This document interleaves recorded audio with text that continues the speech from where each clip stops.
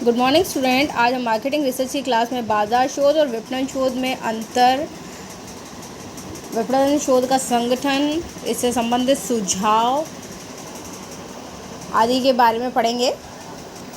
पहला है विपणन शोध एवं बाजार शोध में अंतर। विपणन शोध एक व्यापक शब्द है जिसमें विपणन से संबंधित सभी कार्यों की जांच व अनुसंधान सम्मिलित है। इसके विपरीत बाजार शोध एक संकुचित शब्द है जो स्वयं विपणन शोध का ही एक अंग होता है। विपणन शोध का उद्देश्य विपणन समस्याओं को पता लगाकर ऐसी नीतियां तथा कार्यक्रम तैयार करना है जो फर्म के दीर्घकालीन व्यापारिक हितों की पूर्ति कर सके। इसके विपरीत बाजार शोध का प्रमुख उद्देश्य वर्तमान तथा भावी ग्राहकों को अध्ययन करना है। विपणन शोध में विपणन की वर्तमान और भावी दोनों प्रकार की समस्याओं का अध्ययन किया जाता है। इनमें न केवल ग्राहक और बाजार का अध्ययन किया जाता है बल्कि उत्पाद, प्रतिस्पर्धात्मक स्थिति, विज्ञापन, प्रभावशीलता, वितरण लागत आदि भी इसकी विषय वस्तु के अंतर्गत आते हैं। इसके विपरीत बाजार शोध में वर्तमान और भावी ग्राहकों का पता लगाना, बाजार का विभिन्न आधारों पर खंडन करना, तुलनात्मक लाभदायकता का पता लगाना, मांग का पूर्वानुमान आदि बातें सम्मिलित होती है। विपणन शोध का कार्य वर्तमान व भावी विपणन समस्याओं और अवसरों की पहचान करना, उन समस्याओं को हल करने के लिए उचित विधियों की खोज करना एवं विपणन समस्याएं शोधकर्ता के लिए शोध का केंद्र बिंदु होती है, जबकि बाजार शोध में शोधकर्ता की दृष्टि सिर्फ उपभोक्ता पर ही केंद्रित होती है, अर्थात उपभोक्ता किस वस्तु को क्यों खरीदता है, क्रय के पीछे क्रिया, प्रयोजन तथा प्रेरणाएं हैं आदि विषय पर अध्ययन किया जाता है। विपणन शोध की आवश्यकता एवं उद्देश्य। वर्तमान में विपणन शोध की आवश्यकता दिन प्रतिदिन बढ़ रही है क्योंकि विकासशील और विकसित देशों में पूर्ण रूप से प्रतिस्पर्धा की स्थिति बनी हुई है। ऐसी दशा में वस्तुओं का उत्पादन करना ही एकमात्र उद्देश्य नहीं हो जाता बल्कि उपभोक्ताओं की संतुष्टि एवं फिर से उस वस्तु की मांग को उसके अंदर बनाए रखना, ऐसी स्थिति तक पहुँचने के लिए विपणन शोध की आवश्यकता होती है।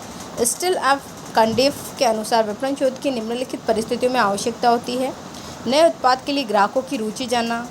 यदि ग्राहक कोई नया उत्पाद बाजार में चाहता तो उसकी रुचि क्या है, किस प्रकार का उत्पाद वो चाहता है, इसका अध्ययन करना। वर्तमान उत्पाद की बिक्री बढ़ाने और बिक्री को कम होने के कारण ढूंढना। जो वर्तमान में उत्पाद चलन में हैं उनकी बिक्री किन कारणों से कम हो रही है, उनके कारणों का पता लगाना। जन रुचि एवं आदतों एवं उनके परिवर्तनों का पता लगाना। वर्तमान समय परिवर्तनशील है और लोगों की आदतें बहुत ही जल्दी परिवर्तित हो जाती है। उनके परिवर्तन का पता लगाना कि वह नए प्रोडक्ट में क्या चाहते हैं। किसी विशिष्ट क्षेत्र में विक्रय कार्य की मात्रा, प्रवृत्ति एवं कारण ढूंढना। जब कोई नया मार्केट ढूंढ रहे हैं तो हम उसमें देखेंगे कि वहाँ पर सेलिंग होगी या नहीं और सेलिंग किस प्रकार से बढ़ाई जाती है, लोगों का इंटरेस्ट किस में है, ये सब चीज़ों का पता लगाना। कीमत नीति के बारे में जानकारी प्राप्त करना। जब कोई उत्पाद बाज़ार में आएगा तो उसकी कीमत ज़्यादा रखी जाएगी और समय के अनुसार उसमें परिवर्तन कर दिए जाएंगे। पैकिंग का प्रभाव एवं ग्राहकों की स्थिति मालूम करना। उत्पाद की पैकिंग इतनी प्रभावशाली होनी चाहिए कि ग्राहक उसको खरीदने के लिए तुरंत तत्पर हो जाए। फिलिप कॉटलर के अनुसार विपणन शोध की आवश्यकता निम्न 3 कारणों से होती है। द फर्स्ट वन इज़ वस्तु बाजार का अंतर्राष्ट्रीय हो जाना। आजकल की जो वस्तुएं हैं वो बाज़ार के अलावा अंतर्राष्ट्रीय बाज़ार में भी पसंद की जा रही है और वहाँ पर उसका निर्यात किया जा रहा है। बाजार का क्रेता अभिमुखी प्रवृत्ति का होना। आजकल के क्रेता जागरूक हो गए हैं। क्रेता अपनी पसंद का उत्पाद खरीदना ही पसंद करते हैं, इसलिए हमें क्रेता की रुचि का ध्यान रखना आवश्यक है। विपणन प्रतिस्पर्धा का बढ़ जाना। वर्तमान समय में प्रतिस्पर्धी युग है और विपणन में भी प्रतिस्पर्धा का स्तर बहुत बढ़ गया है, इसलिए हमें विपणन शोध की आवश्यकता है। जेसी डेनियर के अनुसार नए बाज़ारों का पता लगाना, ग्राहकों की स्थिति और रुचि को ज्ञात करना, विक्रय लक्ष्य और क्षेत्र निर्धारित करना, विज्ञापन का माध्यम प्रतिलिपि निर्धारित करना, वितरण वाहिकाओं में मितव्ययता लाना और उचित पद्धति ढूंढना। विपणन प्रबंध से संबंधित कुछ सुझाव हैं, वो इस प्रकार से हैं। प्रबंध विपणन शोध के कार्यों, भूमिकाओं, अधिकारों, कार्य क्षेत्रों की स्पष्ट व्याख्या की जानी चाहिए। भूमिका संघर्ष की स्थिति को दूर किया जाना चाहिए। विपणन शोध के प्रबंध द्वारा किए गए निवेदन पर ही परामर्श प्रदान करने चाहिए, किंतु अति आवश्यक होने पर निवेदन की प्रतीक्षा नहीं करनी चाहिए।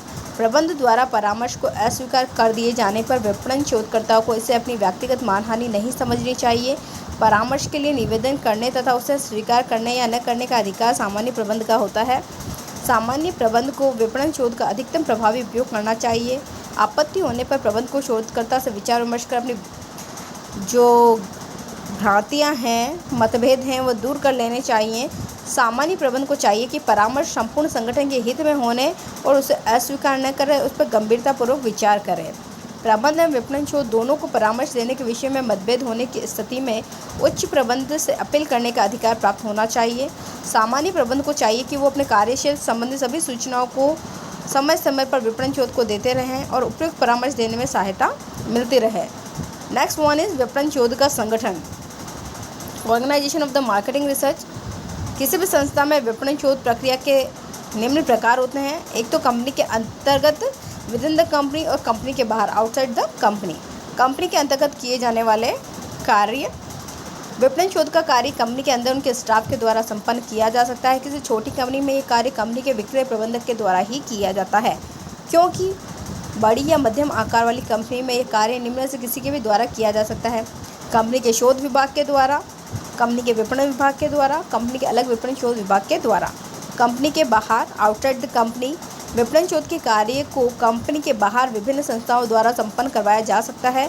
इस प्रकार की संस्थाओं में विज्ञापन एजेंसियां, विपणन सलाहकार, विपणन शोध कंपनियां, व्यावसायिक संघ, सरकारी शोध एजेंसियां, विश्वविद्यालयों के शोध विभाग आदि सम्मिलित किए जाते हैं। कभी कभी कंपनियां अपने शोध विभागों में विपणन शोध के कार्य को करते हुए विशिष्ट एजेंसियों तथा संस्थाओं की सेवाएं भी प्राप्त कर सकती है। नेक्स्ट वन इज विपणन शोध की सीमाएं। Limitation of the marketing research.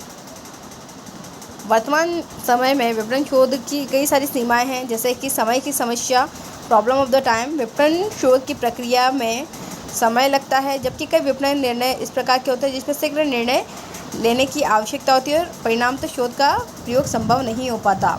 The next one is योग्य शोधकर्ताओं की कमी। Lack of the able researchers. विपणन शोध के कार्य के लिए योग्य एवं कुशल शोधकर्ताओं की आवश्यकता होती है। दुर्भाग्यवश बहुत ही कम व्यक्ति इस महत्वपूर्ण कार्य को करने के लिए मिल पाते हैं और परिणाम स्वरूप कंपनी को अयोग्य व्यक्ति ही इस काम के लिए रखने पड़ते हैं। फिर ये काम कार्यरत व्यक्तियों के ऊपर सौंप दिया जाता है जो इस विषय में बहुत ही कम जानते हैं। कम जानने के कारण शोध में जो है एक्यूरेसी नहीं आ पाती। अधिक लागत, हाई कॉस्ट। विपणन शोध के लिए उच्च शिक्षित व्यक्ति, पर्याप्त समय की आवश्यकता होती है। इसके हाथ में लेने के लिए कंपनी को इसकी लागत के रूप में काफ़ी राशि व्यय करनी होती है। यदि खर्च करने में ज़रा सी भी कमी कर दी जाए तो विपणन शोध का प्रयत्न व्यर्थ हो जाता है।